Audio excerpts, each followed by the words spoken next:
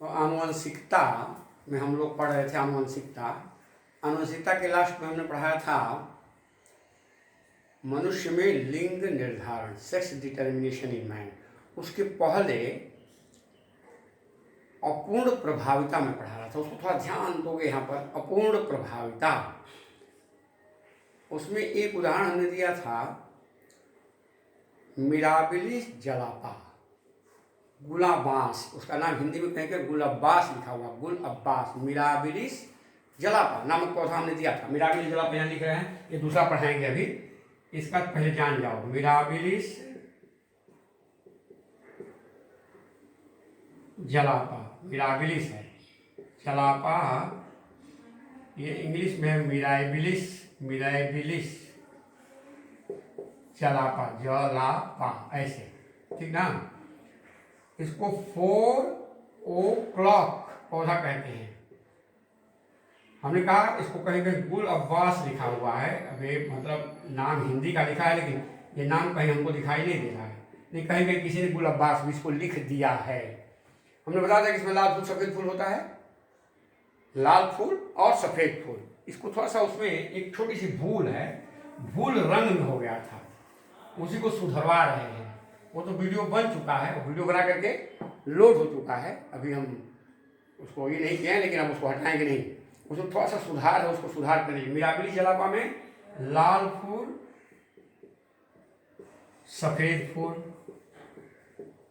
ये दोनों पेरेंट हैं। सफ़ेद फूल, जैसे मटर में लाल फूल सफ़ेद फूल, ये पी है, पेरेंट पौधा है ना। लाल के लिए आर आर, सफ़ेद के लिए इसी का स्मॉल आर स्मॉल आर। पहली पीढ़ी में जब क्रॉस कराया तो आर और आर हुए। ये उसमें हमने वायलेट कहा था ना, रंग। उसमें वीडियो में देखोगे तो अभी जब उसको अभी डाले नहीं हैं, लेकिन उसमें थोड़ा सुधार करना है। पिंक कलर ये होगा, पिंक रंग, गुलाबी, बस और कुछ नहीं, गुलाबी। आर आर जो होगा वो हमने उसमें बैगनी रंग कहा था। सच्चाई ये है कि सफ़ेद और लाल मिलने से उसका रंग जो है पिंक आया, गुलाबी। उसको जो हमने वायलेट कहा था ना, उसमें अपूर्ण प्रभाविता, ध्यान दोगे। हमने जो बताया है अपूर्ण प्रभाविता, इसी की बात मैं बता रहा हूँ, यहाँ ध्यान दे दीजिएगा। अपूर्ण प्रभाविता, मेंडल के नियम का विचलन। मेंडल के नियम का विचलन बहुत इंपॉर्टेंट चीज़ है, इसलिए इसको भूल नहीं दिया जा सकता ना। भूल को, अब भूल थोड़ी सी है, बहुत माइनर उसको भूल कहेंगे, मिस्टर भूल नहीं है। लाल और सफ़ेद फूल में जब क्रॉस कराया वैज्ञानिकों ने, तो उनको मिला पिंक रंग, गुलाबी रंग। हमने उसमें बोल दिया था वायलेट बोला था, बैगनी नहीं। बैगन रंग, बैगनी का रंग दूसरा होता है, गुलाबी दूसरे रंग का होता है, पिंक रंग होता है सफ़ेद लाल के मिलने से। और जब दूसरी पीढ़ी से पैदा किया तो अपूर्ण प्रभावी हो गया, अपूर्ण प्रभावी हो गया। तो दूसरी पीढ़ी पैदा किया तो हमने बताया था ऐसे चेकर बोर्ड में, देखो ऐसे चेकर बोर्ड में बताया था। दूसरे अपूर्ण प्रभाविता वाला है, ध्यान दीजिएगा। ये ऊपर का नर, ये नीचे का मादा। तो आर आर नर और आर आर मादा। तो आर और आर ये लाल हो गए, ये आर और ये आर और आर ये सफ़ेद हो गए। देख रहे हो, ये सफ़ेद, ये प्योर शुद्ध लाल। लेकिन ये जो दोनों हो गए 50% गुलाबी, गुलाबी बस। वहाँ वायलेट की जगह आप गुलाबी समझोगे, क्योंकि वीडियो तो बन चुका है और उसको रिमूव करके 3 वीडियो एक में बना हुआ है, तो तीनों को रिमूव किया नहीं जा सकता, गड़बड़ हो जाएगा। पढ़ाए हैं, हालांकि अभी लोड नहीं हुआ है, लोड करके आपको दे देंगे तो आप याद करेंगे। तो उसमें इसलिए हमने सुधरवा दिया यहाँ कि पिंक रंग, जो बैगनी रंग वायलेट हमने लिखा था, उसकी जगह पर गुलाबी रंग, आर और आर, लाल और सफ़ेद का गुलाबी। इसलिए 1:2:1 रेशियो मिला, 3:1 नहीं मिला, 3:1 नहीं मिला। इसलिए फिनोटाइप और जीनोटाइप रेशियो इसमें एक ही होगा, 1:2:1 फिनोटाइप, 1:2:1 जीनोटाइप। ये और तो सब हमने पढ़ा दिया था। हेरिडिटी खत्म है, हेरिडिटी का दूसरा पार्ट है, उसी को आज पढ़ेंगे। आनुवंशिकता का दूसरा जो पार्ट है ना, उसी को पढ़ना है। अब पढ़ना क्या है, कुछ सामान्य आनुवंशिक रोग, some common genetic diseases. Genetic disease, आनुवंशिक रोग जो माता पिता में से किसी को हो जाए तो संतान में बीमारी हो जाए। वैसा नहीं सर्दी खांसी बुखार निमोनिया टाइफाइड मलेरिया ये सब बुखार थोड़े होगा, या इस सब रोग थोड़े होगा किसी को। कुछ रोग माता पिता में को बुखार आ गया, कुछ समय के लिए दवा हो ठीक हो गया, सर्दी खांसी कुछ समय के लिए ठीक हो गया। लेकिन कुछ रोग, कुछ आनुवंशिक रोग है माता और पिता में से, क्योंकि वो जीन के साथ संलग्न होते हैं, जीन के साथ संलग्न होते हैं, जीन संलग्न बीमारियां कहते हैं। Sex linked disease, sex linked disease है। क्रोमोसोम हमने बताया था 23 जोड़े मानव शरीर की कोशिकाओं में 23 जोड़े क्रोमोसोम होते हैं, जिसमें 22 जोड़े समजात क्रोम बराबर है, एकदम बराबर है। ऑटो यानी 2 तरह के क्रोमोसोम बताया था, ऑटोसोम और सेक्स क्रोमोसोम। सेक्स क्रोमोसोम को हेटेरोसोम या एल्लोसोम भी कहते हैं, तो नाम उसका हो गया। कोशिका विभाजन जब पढ़ाए थे, कोशिका विभाजन में आप देखोगे उसमें बताया क्रोमोसोम के प्रकार, ऑटोसोम सेक्स क्रोमोसोम। 23 जोड़े क्रोमोसोम कोशिका में होते हैं शरीर की, जिसमें 22 जोड़े यानी 44 नर और मादा में बिल्कुल बराबर होते हैं, एक ही तरह के, जिनको यक्स यक्स कहते हैं, नर और मादा दोनों में। 23वां जोड़ा जो होता है वह नर में XY और मादा में यक्स यक्स ही रहता है। लिंग निर्धारण में ये बात हमने बता दिया है। मनुष्य में लिंग निर्धारण होता है जिसमें पिता की भूमिका होती है। पिता का Y क्रोमोसोम जब माँ की एक्स से क्रिया करता है तभी लड़का पैदा होता है, संतान मेल होती है। अन्यथा पिता का भी एक एक्स है और माँ के दोनों एक्स ही होते हैं। तो ये समान क्रोमोसोम होते हैं, उसको ऑटोसोम कहते हैं। और जो सेक्स क्रोमोसोम होते हैं उसको हेटेरोसोम या एल्लोसोम, ALLOSOM एल्लोसोम कहते हैं। कुछ बीमारियां, कुछ रोग माता पिता में हो गए तो वे प्रजनन के माध्यम से संतान में जाएंगे, हेरिडिटी के माध्यम से, वंशानुक्रम के माध्यम से संतान में जाएंगे पीढ़ी दर पीढ़ी।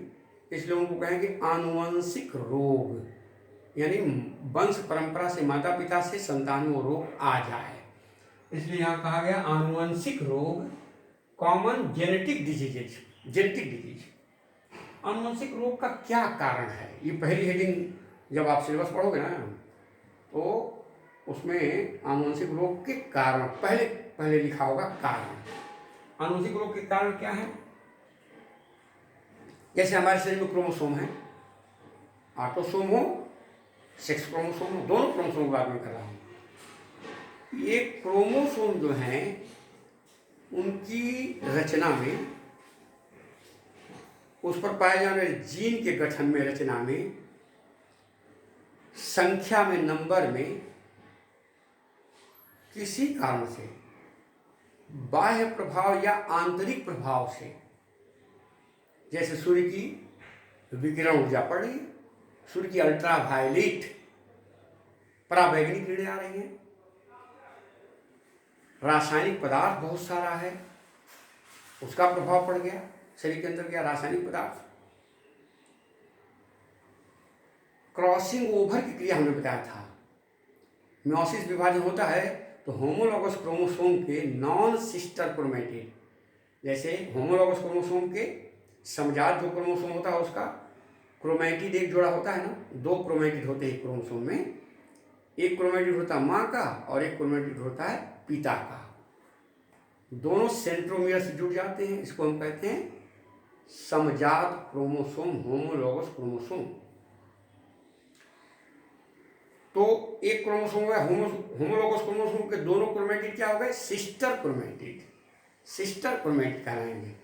और उसके पास जो दूसरा होमोलॉगस क्रोमोसोम है उसका जोड़ा, उसके दोनों क्रोमेटिड सिस्टर क्रोमेटिड, लेकिन इस क्रोमोसोम का एक क्रोमेटिड, इस क्रोमोसोम का एक क्रोमेटिड नॉन सिस्टर क्रोमेटिड कहेंगे। नॉन सिस्टर, दो क्रोमेटिड, ये दो क्रोमोसोम है, दो क्रोमोसोम पास पास ऐसे हैं, पास पास, दो क्रोमेटिड इसका, दो क्रोमेटिड इसका पास पास रहते हैं। जब मियोसिस विभाजन, अर्धसूत्री विभाजन मियोसिस जो जनन अंग की कोशिका में होता है, जब होता है ना, तो इस क्रोमोसोम का टुकड़ा इसके साथ ऐसे क्रॉस करता है। ये नॉन सिस्टर, सिस्टर नहीं कभी करेगा, non sister chromatid. Non sister कौन हुआ? नॉन सिस्टर हमने जो उसको देखोगे कोशिका विभाजन वाला तो पढ़ेंगे, तो उसमें नॉन सिस्टर और सिस्टर क्रोमेटिड हमने बहुत बढ़िया से बताया था, यहाँ भी वही बता रहे हैं। तो नॉन सिस्टर क्रोमेटिड टुकड़े क्रॉस करेंगे, क्रॉसिंग ओवर में के द्वारा भी व्यतिक्रम आता है क्रोमोसोम की बनावट में, जिससे कुछ रोग हो जाते हैं शरीर में। अब यही चीज़ यहाँ पर हमने लिखा है, इसी को ध्यान से पढ़ेंगे। कुछ सामान्य आनुवंशिक रोग, some common genetic disease, common जो सामान्य रूप से देखा जा रहा है कि कोई थैलीसीमिया है, हीमोफीलिया है, कलर ब्लाइंड है। हमारे सिलेबस में 3 रोग हैं, उसी तीनों को हम पढ़ाने वाले हैं। आनुवंशिक रोगों का क्या कारण है? What are the reasons of genetical diseases? आनुवंशिक रोगों के क्या क्या रीजन है, कारण है? किन्हीं बाह्य कारकों जैसे रासायनिक पदार्थ, जैसे अल्कोहल रासायनिक पदार्थ सपोज करो है। अब रासायनिक पदार्थ कोई लेता है, कोई ड्रिंक करता है, रासायनिक पदार्थ है। तो रासायनिक पदार्थ, बहुत सारे रासायनिक पदार्थ हैं। रेडियो एक्टिविटी पदार्थ होते हैं, रेडियो एक्टिविटी, अल्ट्रावायलेट किरणें, या आंतरिक कारकों, आंतरिक भीतर से कारक, जैसे कोशिका विभाजन के समय क्रॉसिंग ओवर। देखो अभी हम बता रहे थे, क्रॉसिंग ओवर में अनियमितता आ जाए, मानो नियमित न हो, इन हानिकारक प्रभावों से अगर अनियमित हो जाए, जैसा उसमें पढ़ोगे तो मैंने बताया है कि कैंसर हो जाता है शरीर में जब कोशिका विभाजन में अनियमितता होती है। जीन जो होते हैं वो कोशिका विभाजन के लिए प्रोटीन का निर्माण करते हैं, उसी जीन के संगठन में, रचना में, बनावट में किसी तरह की एबनॉर्मेलिटी और नियमितता, नॉर्मल माने सामान्य रूप से कोई क्रिया हो रही है, नियमित रूप से हो रही है, उसको नॉर्मल कह रहे हैं। एबनॉर्मल हो जाए, अनियमित हो जाए, तो उससे कोशिकाएं कुछ भागों में तेजी से विभाजित होकर गांठ बना लेती, ट्यूमर। और यह गांठ शुरू में तो ये बहुत हानिकारक नहीं होती, लेकिन धीरे धीरे रक्त के माध्यम से शरीर के अन्य भागों में पहुंच करके और कैंसरस गांठ बना लेती है।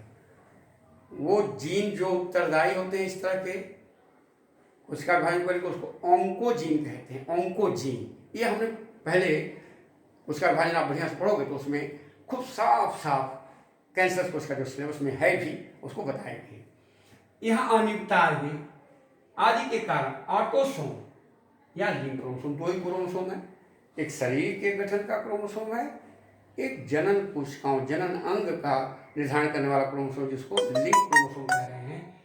लिंक क्रोमोसोम की संख्या में वृद्धि या कमी हो जाती है, या तो संख्या बढ़ जाए, ऑटोसोम की संख्या बढ़ जाए, लिंक क्रोमोसोम की संख्या घट जाए, बढ़ जाए, ये अनियमितता हो जाएगी। देखो यहाँ आदि के कारण ऑटोसोम या लिंक क्रोमोसोम की संख्या में वृद्धि या कमी हो जाती है, जिससे मनुष्यों में विभिन्न आनुवंशिक व्यतिक्रम, डिसऑर्डर, जेनेटिक डिसऑर्डर, ऑर्डर क्रम से कोई क्रिया हो रही है, क्रमबद्ध, तो एक आर्डर से हो रही है। डिसऑर्डर, उसका ऑर्डर बदल गया, क्रम बदल गया, इधर उधर हो गया, विच्छिन्न हो गया क्रिया, डिसऑर्डर हो गया, व्यतिक्रम हो गया, दिखाई देते हैं।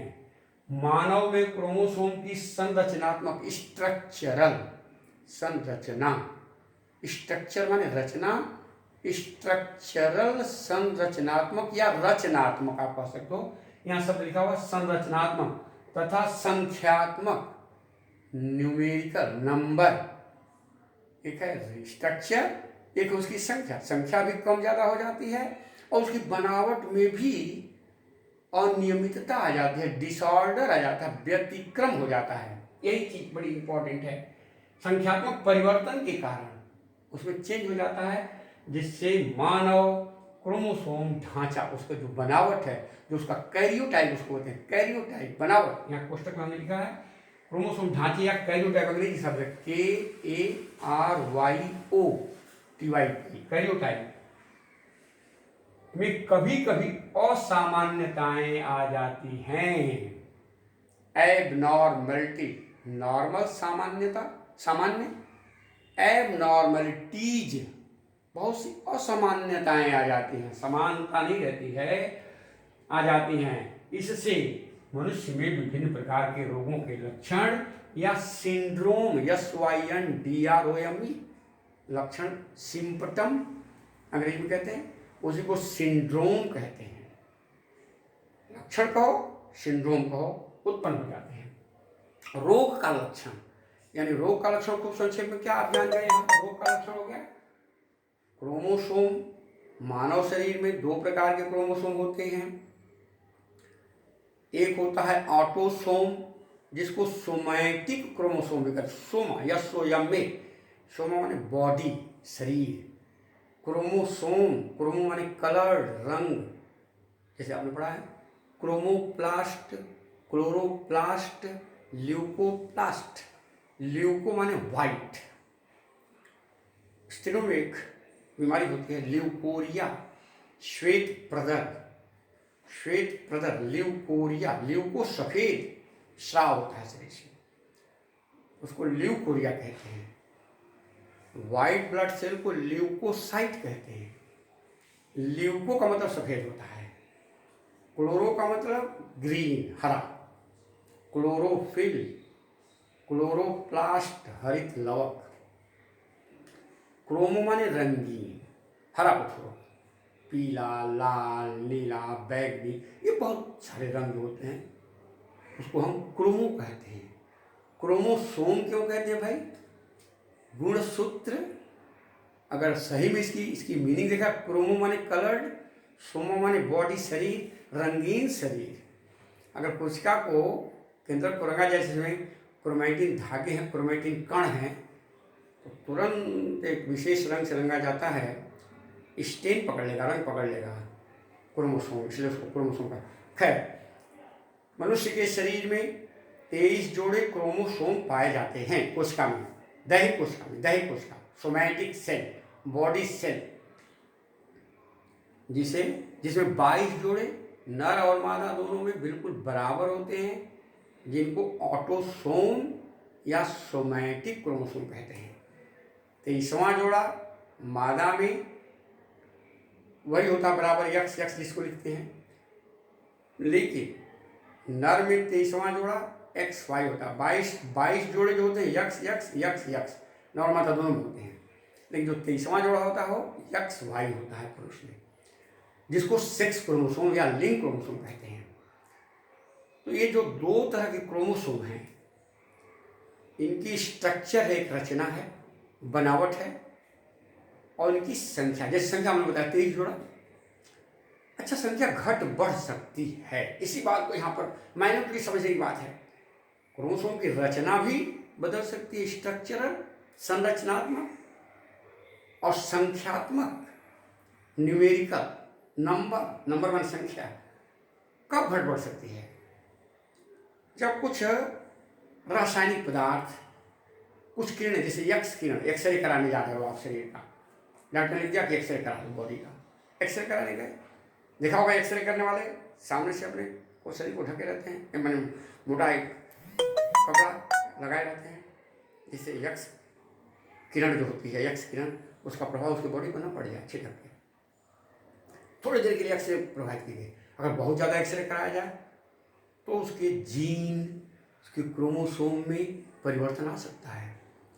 अल्ट्रावायलेट रेज सूर्य की बहुत ज़्यादा पड़ जाए शरीर पर, वो तो ओजोन लेयर है ऊपर ना, ओजोन लेयर उसका अधिकांश भाग एब्जॉर्ब कर लेती है, अवशोषित कर लेती है अल्ट्रावायलेट पराबैंगनी किरणों का। रेडियो एक्टिव पदार्थ हैं, रेडियो एक्टिव पदार्थ, बहुत से रेडियो एक्टिव पदार्थ होते हैं, उनका प्रभाव भी शरीर पर बहुत ज़्यादा पड़ता है। ये रासायनिक पदार्थ हैं, बहुत सारे रासायनिक केमिकल हैं। इन केमिकल सब्सटेंसेस का, केमिकल रासायनिक पदार्थों का शरीर में हमारे प्रभाव पड़ा, हम और आप जानते नहीं क्या खा पी रहे हैं, क्या प्रभाव पड़ रहा है, प्रभाव पड़ जाता है। एक सूक्ष्म वायरस अभी कोविड-19 कोरोना वायरस इस समय तहलका मचा हुआ है पूरे विश्व में, संसार में। वायरस अति सूक्ष्म होता है, इलेक्ट्रॉन माइक्रोस्कोपिक होता है, बाहर वो निर्जीव है, आरएनए अथवा डीएनए है इसलिए सजीव है। शरीर के अंदर इसकी संख्या बड़ी तेज बढ़ती है, बहुत विकराल रूप में बढ़ना शुरू करता है बहुत सारे वायरस, और मैक्सिमम हानिकारक ही वायरस होते हैं।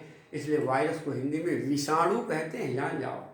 जैसे बैक्टीरिया को हिंदी में जीवाणु कहते हैं, वैसे वायरस को हिंदी में विषाणु कहते हैं। विष का अणु है, जहर है, ये अति सूक्ष्म है, अब उससे सूक्ष्म कुछ नहीं है। लेकिन एक चीज जानिए, अति सूक्ष्म चीजें बड़ी पावरफुल होती है भाई। परमाणु, परमाणु और परमाणु बम, एटम, एटम अति सूक्ष्म कण है पदार्थ का, और एटम बम इतना विशालकाय नुकसान कर सकता है, बहुत बड़ा नुकसान कर सकता है, बहुत बड़ी एनर्जी निकलती है उससे, लाभ नहीं तो लाभ, नुकसान कर नुकसान। खैर, मनुष्य में शरीर में क्रोमोसोम की संख्या 23 जोड़ा है, 22 जोड़े ऑटोसोम, 1 जोड़ा सेक्स क्रोमोसोम। इन पर विभिन्न रासायनिक पदार्थों का प्रभाव पड़ता है, और प्रभाव से इनकी संरचनात्मक और संख्यात्मक इनमें व्यतिक्रम हो जाता है, डिसऑर्डर हो जाता है, एबनॉर्मलिटी शरीर में उत्पन्न होने लगती है, अनियमितता, और वही अनियमितता तरह तरह के रोगों का कारण बन जाती है। इसी को हमने यहाँ साफ लिखा है 5-6 लाइन में, अंतर जो आता है इसको आप खूब बढ़िया से। कारण पहले, सबसे पहला कारण, अब एक कारण तो हो गया कि ये बहुत सारे रोग हो गए। अब यहाँ हम देखेंगे पहला रोग थैलीसीमिया, इसी रोग के बारे में बताने जा रहे हैं। 3 बीमारियां पढ़ाएंगे, 3 बीमारियां। तीसरा का बी है, तीसरा में हेरिडिटी है, आनुवंशिकता, पहला हमने बताया था ना, और उसका बी नंबर पार्ट है आनुवंशिक रोग। आनुवंशिक रोग का मतलब जो रोग माता पिता से संतान में स्थानांतरित हो जाए, उसी को हम आनुवंशिक रोग कहते हैं, जान जाओ। यहाँ हमारे सिलेबस में 3 ही रोग है, थैलीसीमिया, हीमोफीलिया, वर्णांधता, कलर ब्लाइंड। लेकिन एक चीज जान जाओ, कुष्ठ का रोग, लेप्रोसी, वो भी आनुवंशिक बीमारी है। अगर माता पिता में से कोई कोढ़ी है, कुष्ठ रोग है ना, संतान भी हो सकती है। बाल्डनेस, ऐसा गंजापन, बाल्डनेस, अगर खानदान का खानदान बाल्डनेस और बाल्ड है तो उसकी संतान में भी ये संख्या ऐसा संभव है। डर है इस बात का, ये भी आनुवंशिक बीमारी है, कैरी करता है। बहुत सारा अल्बाइनिज्म, बहुत सारी बीमारियाँ, खैर हमको उतना चक्कर में नहीं पढ़ना है, हमको पढ़ना 3 बीमारी। थैलीसीमिया, ये थैलीसीमिया पहली बीमारी, थैलेसीमिया, थैलेसीमिया यहाँ पर बता दें, थैलेसीमिया इंग्लिश में भी लिख देते हैं यहाँ पर, थैलेसीमिया, ये है थैलासीमिया, थैलासीमिया ये रोग। थैलासीमिया क्या है? यह एक ऑटोसोम, देखो 2 तरह के क्रोमोसोम हैं, अभी बार बार बता रहे हैं। कुछ बीमारियां ऑटोसोम के द्वारा जा रही हैं, कुछ बीमारियां सेक्स क्रोमोसोम के द्वारा जा रही हैं, दोनों माता पिता संतान में। ऑटोसोमल क्रोमोसोमल डिजीज है, देखो यहाँ लिखे हैं, यह एक ऑटोसोमल क्रोमोसोमल व्यतिक्रम है, डिसऑर्डर। व्यतिक्रम अभी हमने बताया, क्रोमोसोम की संख्या, क्रोमोसोम की रचना, स्ट्रक्चरल एंड न्यूमेरिकल, नंबर में अंतर आ जाता है, व्यतिक्रम हो जाता है। तो इससे थैलीसीमिया का रोग, ऑटोसोम शरीर का जो शरीर की कोशिका का निर्धारण करता है उसको ऑटोसोम कहते हैं। ऑटोसोमल क्रोमोसोमल व्यतिक्रम है। यह 2 तरह का होता है, एक होता है अल्फा थैलीसीमिया, एक होता है बीटा थैलीसीमिया। अच्छा, हमें बताया 22 जोड़े ऑटोसोम है, 16 नंबर और 11 नंबर। किताब में तुम्हारे दिया नहीं है, ऐसे मैं बता दे रहा हूँ, उतना डिटेल की बात नहीं है। 16 नंबर क्रोमोसोम, 16वां नंबर और 11 नंबर क्रोमोसोम, इन दोनों के ही गड़बड़ी से अल्फा और बीटा थैलीसीमिया होते हैं। दो ही तरह के थैलीसीमिया होते हैं। देखो यहाँ क्या है, अल्फा, यहाँ अल्फा है, तथा बीटा थैलीसीमिया, दो प्रकार की थैलीसीमिया बीमारी होती है। क्या है, हीमोग्लोबिन का निर्माण हमारे शरीर में होता है। खाद्य पदार्थ भोजन जो भी आप करते हो उसे हीमोग्लोबिन बनता है। हीमोग्लोबिन, हीम एक रंग है, ग्लोबिन प्रोटीन है। हीम 4% है, ग्लोबिन 96% है। तो जो ग्लोबिन प्रोटीन है वह प्रोटीन बनाएगा जीन। ध्यान रखो, जीन ही उस प्रोटीन का निर्माण करेगा। अब देखो यहाँ वही मैंने बताया है, हीमोग्लोबिन के अल्फा प्रोटीन श्रृंखला, अल्फा प्रोटीन श्रृंखला चेन है के संश्लेषण में कमी, संश्लेषण में निर्माण, जैसे प्रकाश संश्लेषण, अल्फा प्रोटीन जो बना रही है, अल्फा प्रोटीन श्रृंखला है, चेन है, जो हीमोग्लोबिन में प्रोटीन बना रही है, उसमें गड़बड़ी आ जाए, कमी आ जाए, या वो प्रोटीन निर्माण करना बंद कर दे, या तो कम बनाए या बंद कर दे, हीमोग्लोबिन नहीं बनेगा। जान जाओ, थैलीसीमिया में एक ही सबसे बड़ा सामान्य चीज़ है तुमको जानना है कि हीमोग्लोबिन शरीर में ठीक से बनता नहीं है। 3 साल के बाद ये बच्चे में दिखाई देने लगता है, जिसको होना होता है। बच्चा 3 साल का होगा, धीरे धीरे धीरे धीरे उसके शरीर में एनीमिया दिखाई देने लगेगा। हीमोग्लोबिन नहीं बनेगा, एनीमिया, रक्त अल्पता जिसको हिंदी में कहते हैं, एनीमिया, एनीमिया, एनीमिया रोग होता है ना, एनीमिया, एनीमिया रोग हो जाएगा, एनीमिया।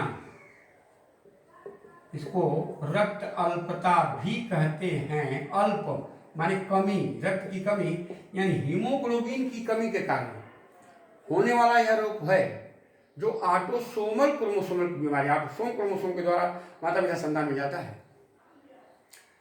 अभी 2 तरह का होगा, अल्फा और बीटा, लेकिन इसमें मेजर और माइनर, ये 2 तरह का थैलीसीमिया होगा। माइनर माने सूक्ष्म, सूक्ष्म थैलीसीमिया इसको कहेंगे, सूक्ष्म,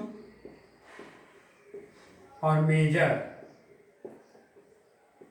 MAJOR, मेजर, प्रमुख, प्रमुख थैलीसीमिया। ये प्रमुख थैलीसीमिया जो मेजर होता है वो हानिकारक ज़्यादा होता है। माइनर थैलीसीमिया खूब हानिकारक नहीं है, लेकिन मेजर थैलीसीमिया में बार बार खून चढ़ाना पड़ेगा, ब्लड डोनेट करना पड़ेगा। कितना कोई खून चढ़ाएगा बॉडी में भाई, थोड़ा मोड़ा ब्लड डोनेशन करना पड़ता है, तो बहुत ब्लड डोनेशन कैंप वगैरह लगाए जाते हैं, ब्लड लेना पड़ता है। अगर किसी व्यक्ति को थैलीसीमिया हो जाए, बार बार बार बार उसके शरीर में रक्त चढ़ाना पड़ेगा, तो इससे परेशानी भी तो बढ़ जाएगी बार बार चढ़ाने से। इसलिए संश्लेषण में कमी अथवा बंद हो जाने से, तथा बीटा श्रृंखला के निर्माण में कमी अथवा बंद हो जाने से यह रोग हीमोग्लोबिन उत्पन्न करने वाले जीन्स में म्यूटेशन के कारण होता है। लास्ट में हमने लिख दिया है, यह रोग हीमोग्लोबिन उत्पन्न करने वाला जीन्स, हमने पहले बताया कि जीन्स ही हीमोग्लोबिन बनाएगा, जीन्स होता है, और उसमें कमी हो जाए, हीमोग्लोबिन ही न बने, तो व्यक्ति, बच्चा बिल्कुल बच्चे में शुरू हुआ, बिल्कुल कमजोर हो जाएगा। और बचपन में हुआ कब, उसके माता पिता में से थैलीसीमिया किसी को है, निश्चित है। अगर है नहीं तो बच्चे को आसानी से होने वाला नहीं, कहीं न कहीं से तो। अच्छा, अब कहो माता पिता में कहाँ से आ गया भाई, कोई जरूरी है कि उनके माता पिता में थैलीसीमिया रहा। हमने क्या बताया, होने का कारण क्या हुआ, ये जीन है, ये क्रोमोसोम है, उसकी संख्या में, उसकी रचना में, विभिन्न रासायनिक पदार्थों, विभिन्न रेडियो एक्टिव पदार्थ, अल्ट्रावायलेट किरणें, या जब क्रॉसिंग ओवर हो रही है मियोसिस विभाजन के समय, उसमें क्रॉसिंग ओवर में होने में गड़बड़ी पैदा हो जाए, ठीक से क्रॉसिंग ओवर क्रिया अगर नहीं हुई तो भी क्रोमोसोम की संख्या में डिसऑर्डर हो जाएगा, माने बैलेंस, संतुलन गड़बड़ हो जाएगा, और तब ये रोग बीमारी उनको पकड़ लेगी, उनके शरीर में उत्पन्न हो जाएगी। अभी बीमारी शुरू हो गई और नया, अब यहाँ पर जैसे किसी को कोविड कहीं से आ गया, कोविड-19 वायरस, उसके स्पर्श में कोई व्यक्ति आया, उसके छींकने से अगर हाथ में लग गया, नाक में, मुंह में गया, तो वायरस शरीर में चला जा रहा है। ये बीमारी वो तो तुरंत चला जा रहा है, लेकिन ये बीमारी माता पिता में से किसी को है तो संतान में होगी। अच्छा, होगी जब अब यहाँ हमने कहा कि दो तरह की होगी, माइनर होगा तो ठीक है, ठीक हो जाएगी, कोई बात नहीं, धीरे धीरे, और मेजर होगा तो ठीक जल्दी नहीं होगी। अब इसका लक्षण क्या होगा? सिम्पटम, थैलेसीमिया का लक्षण, सिम्पटम, सिम्पटम, लक्षण क्या होगा? शरीर इसका पीला पड़ने लगेगा, हीमोग्लोबिन ही ठीक से नहीं बन रहा है, शरीर कमजोर होने लगेगा, बच्चे का शरीर बहुत कमजोर होने लगेगा, पीला पड़ने लगेगा, एनीमिया हो जाएगी। दूसरी चीज, इसके स्प्लीन, हाँ यहाँ ध्यान देना, प्लीहा, स्प्लीन इसको कहते हैं, स्प्लीन आपको नहीं कभी भी पढ़ाया गया था, प्लीहा, स्प्लीन, लीवर, यकृत, ये दोनों जो हैं बढ़ने लगेंगे आकार में, थोड़ी प्रॉब्लम खड़ी हो जाएगी। लीवर और स्प्लीन दोनों अगर बढ़ने लगे तो जबरदस्त प्रॉब्लम हो जाएगी। इसको कहते हैं रोग, हमने कभी बताया होगा, स्प्लीनोमीगेली, स्प्लीनो यहाँ लिख देते हैं, स्प्लीनोमीगेली रोग हो जाएगा, मिगेली, स्प्लीनोमीगेली।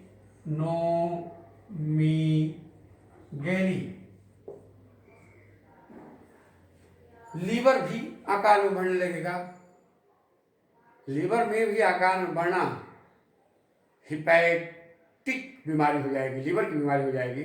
लीवर का आकार भी, इन्फ्लामेशन, इन्फ्लामेशन होता है बढ़ना, इसका आकार भी बढ़ने लगेगा, अनियमितता होने लगेगी। शरीर में हीमोग्लोबिन कमी हो गई, एनीमिया दिखाई देने लगा, कमजोरी महसूस होगी, शरीर में बिल्कुल टायर्डनेस, जिसको सुस्ती कहते हैं, आदमी शरीर बिल्कुल सुस्त पड़ जाएगा, टायर्ड हो जाएगा, कोई काम करने की इच्छा नहीं करेगी, और बार बार रक्त चढ़ाना पड़ेगा।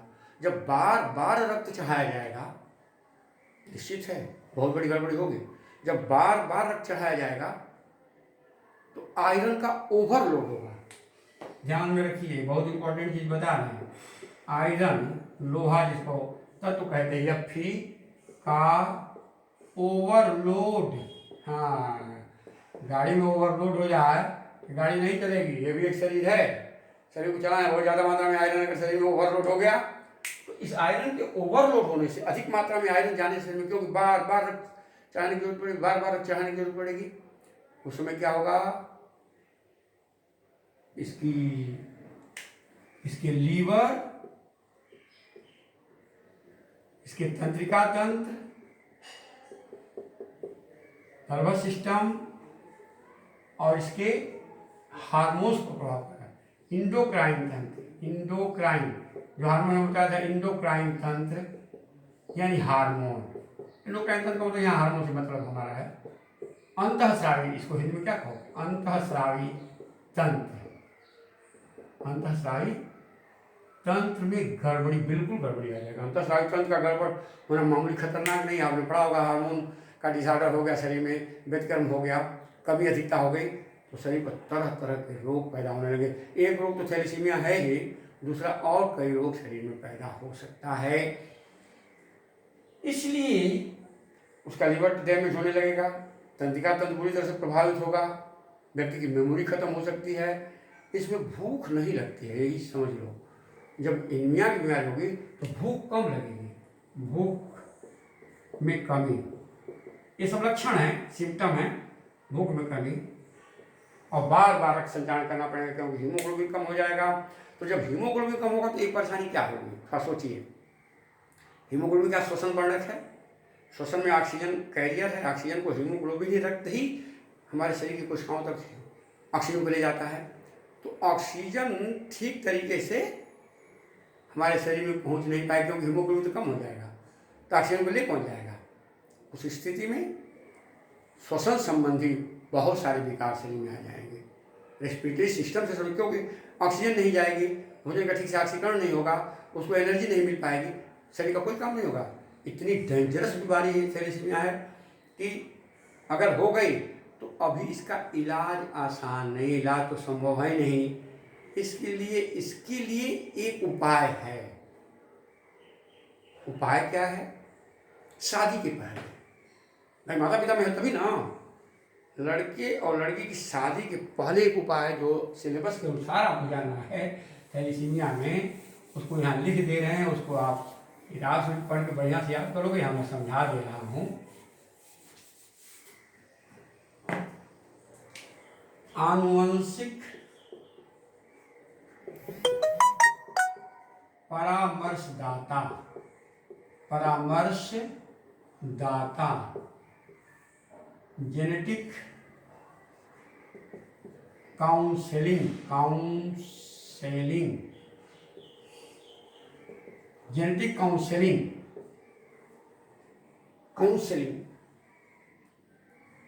आनुवंशिक परामर्शदाता हैं डॉक्टर, विशेष प्रकार के डॉक्टर।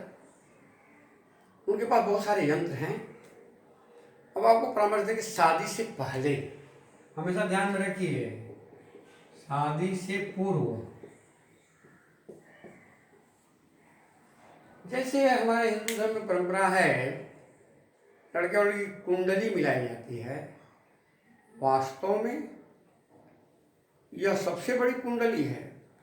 आजकल जागरूक माता पिता अगर हैं, उनको लड़के की शादी हो या लड़की की शादी हो, दोनों की शादी के पहले दोनों के टेस्ट क्या क्या कराएं।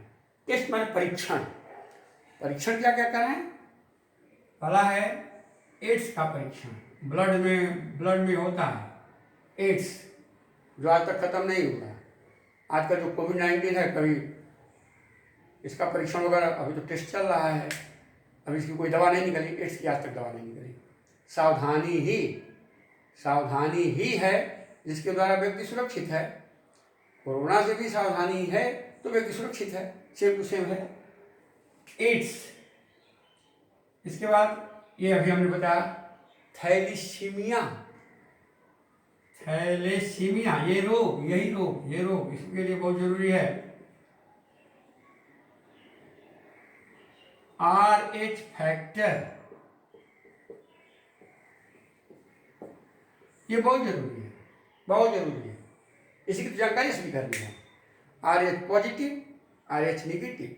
रिसर्च में अंदर 9 क्लास में पढ़ा था, ब्लड ग्रुप में A positive, A negative, O positive, O negative. RH factor positive है कि RH फैक्टर निगेटिव है। अगर पॉजिटिव और निगेटिव दोनों लड़के और लड़की शादी होती है तो उनकी संतानों के जिंदा रहने की संभावना बहुत कम है। गर्भ में ही, भ्रूणावस्था में ही बच्चा खत्म हो सकता है, समाप्त हो सकता है, जन्म से पहले ही।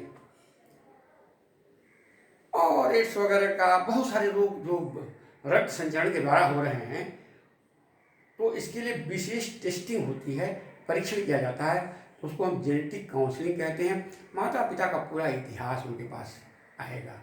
इतिहास जान करके उस तरह से उनको रख रखाव की सुरक्षा की जाएगी।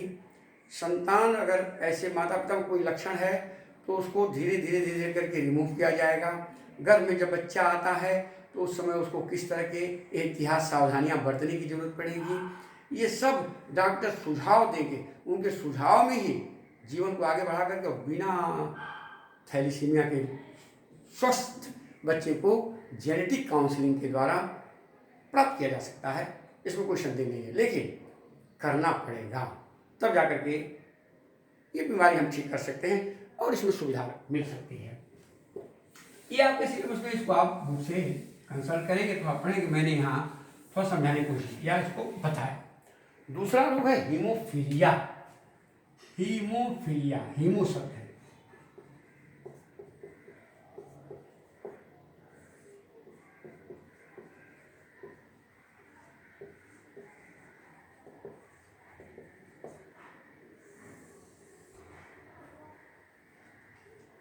यह एक लिंग संलग्न रोग, सेक्स लिंक्ड LINKD डिजीज है। मतलब क्या है? लिंग क्रोमोसोम, हमें बता दो chromosome, autosome, sex chromosome. Sex chromosome पुरुष में है एक्स वाई, मादा में है एक्स एक्स। इसके जो जीन हैं, जो इसके माने कैरी करते हैं जीन, माता पिता लक्षणों को, जीन को हमने क्या बताया था, हेरिडिटरी कैरियर हैं जो क्रोमोसोम पर पाए जा रहे हैं। तो उस जीन में जो क्रोमोसोम को पाया जा रहा है, जो सेक्स क्रोमोसोम, लिंग chromosome X Y X X, तो इसका एलील जो है, एलील लक्षण जोड़ा, तो इस रोग का एलील जो है, एलील हमें होता है जिसमें मेंडल के नियम के अनुसार ये भी चल रहा है। मेंडल का जो हेरिडिटी हम लोग पढ़ रहे हैं ना, आनुवंशिकता है, ठीक उसी सिद्धांत पे भी है। एलील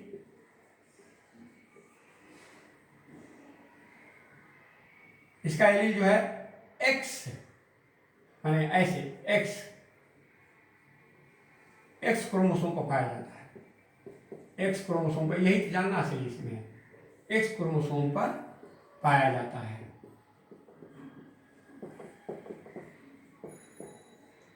वाई क्रोमोसोम पर इसका कोई भी एलील नहीं होता है, कोई भी एलील नहीं होता है, यही तो जानना है, नहीं होता है, वाई को होता ही नहीं।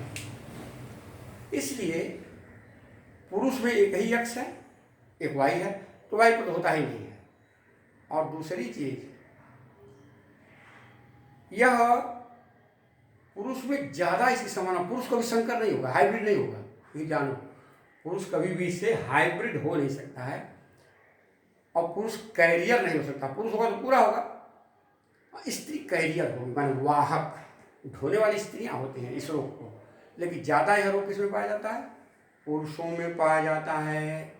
और दूसरी चीज, एक्स क्रोमोसोम पर पाया जाता है और अप्रभावी होता है, इस बात को ध्यान रखोगे, यह अप्रभावी जीन द्वारा होता है, अप्रभावी, रिसेसिव अप्रभावी कौन बताया था, रिसेसिव जीन द्वारा होता है। अब प्रश्न है क्या चीज, बीमारी है क्या चीज, हीमोफीलिया। इस रोग में रक्त जमाने वाला फैक्टर ही नहीं बनता है। प्रोथ्रोम्बिन, फाइब्रिनोजन प्लाज्मा की प्रोटीन है, प्रोथ्रोम्बिन, फाइब्रिनोजन, ये प्रोटीन ही रक्त का क्लॉट करती है, थक्का जमती है। जब कोई अंग कट जाए, रक्त बहने लगे, इसमें रक्त बहने लगेगा तो बंद नहीं होगा, बस रक्त बहता ही रहेगा, खून बहता ही रहेगा। इससे व्यक्ति की मृत्यु हो जाएगी, हमेशा खून बहेगा, जमेगा नहीं तो आदमी मर जाएगा ना। अंदर भी ब्लीडिंग हो सकती है, अगर कोई अंग फट जाए, टूट जाए तो अंदर भी ब्लीडिंग हो सकती है, बाहर अगर होगी, इसलिए इसको ब्लीडर्स डिजीज कहते हैं। ब्लीडिंग से हुआ, ब्लीडर्स डिजीज, रक्त बहने वाला रोग, ब्लीडिंग माने रक्त का बहना, रक्तस्राव का रोग, रक्त बहने वाला रोग ब्लीडर्स डिजीज के नाम से जाना जाता है। इसका एलील कहाँ है, यक्स क्रोमोसोम पर, जो अप्रभावी है। अप्रभावी यक्स के साथ लिंक्ड है इसका जीन, जो माता पिता में है तो संतान में जाएगा। एक उदाहरण कोई हम ले लें, इसमें खून बहेगा, खून बहने से व्यक्ति की मृत्यु हो जाती है। ऐसा कोई एलिजाबेथ और रानी का परिवार था, तो पूरा परिवार ही हीमोफीलिया रोग से पीड़ित था। कैलाशी परिवार था, रक्त बदल करके बहुत दिन तक जिंदा रह सकता है, लेकिन सामान्य व्यक्ति में अगर हीमोफीलिया हो जाए, क्योंकि हेरिडिटरी डिजीज है, जेनेटिक डिजीज है, तो इसको मैं समझता हूँ ठीक करना आसान नहीं होगा, बहुत मुश्किल का रोग भी है, खतरनाक ये सब रोग होते हैं। अगर मान लो एक्स क्रोमोसोम से पुरुष में एक्स है, महिला में या स्त्री में सॉरी एक्स वाई है, इसमें एक्स है ना। अब सपोज करो महिला, यहाँ एच लिख दिया हमने, एच माने हीमोफीलिया, वाहक है, महिला वाहक, वाहक माने कैरियर, कैरियर है। और पुरुष जो है सामान्य है। अब सपोज करो यहाँ पर थोड़ा सा उदाहरण हम बता रहे हैं, पुरुष नॉर्मल हो, पुरुष को ये रोग ना हो, अगर सामान्य पुरुष, उसकी शादी हो गई ऐसी महिला से जो कैरियर है, कैरियर है, तो उसकी संतान कैसी होगी, अब ये जानना है। जो ठीक मेंडल का नियम उसी नियम को समझा रहे हैं, तो आसानी रहेगी आप समझने में। अब इससे गैमेट बने एक्स वाई, ऐसे गैमेट बने, एक एक्स और एक एक्स पर एच है, एच माने हीमोफीलिया है, एक पर रहेगा, एक एक्स एक्स पर रहेगा, वाई पर तो रहेगा नहीं, क्योंकि ये नॉर्मल है, सामान्य है, तो इसमें ठीक है एक्स वाई है, लेकिन ये सामान्य नहीं है, ये वाहक, हमने लिख दिया है कैरियर है। फीमेल कैरियर है, वाहक है, और मेल नॉर्मल है। तो पुरुष अगर हीमोफीलिया नहीं है उसको, और महिला जिसे उसकी शादी हुई है वो कैरियर है, मैंने पूरा वो नहीं है, महिला को पूरा नहीं है, मैंने उसका पूर्ण ऐसा नहीं कि बहता ही रहता करने पर, कैरी कर रही है जीन को कैरी करने का काम करती है, पूरा उसे ग्रसित नहीं है। तो अब इसके साथ इसकी क्रिया होगी, ये लड़की होगी पुत्री, और इसके साथ इसकी क्रिया होगी एक्स एक्स एच होगी, फिर इसके साथ इसकी क्रिया होगी एक्स वाई, और इसके साथ इसकी क्रिया होगी तो एक्स एच और वाई। देखो यहाँ ध्यान दो, क्या हमने बताया, दो बार क्रिया होगी, ध्यान दोगे। इस यक्स की, ये मेल है, पुरुष है मेल, इस यक्स के साथ फीमेल के साथ क्रिया हुई तो यक्स यक्स, ये पुत्री हुई।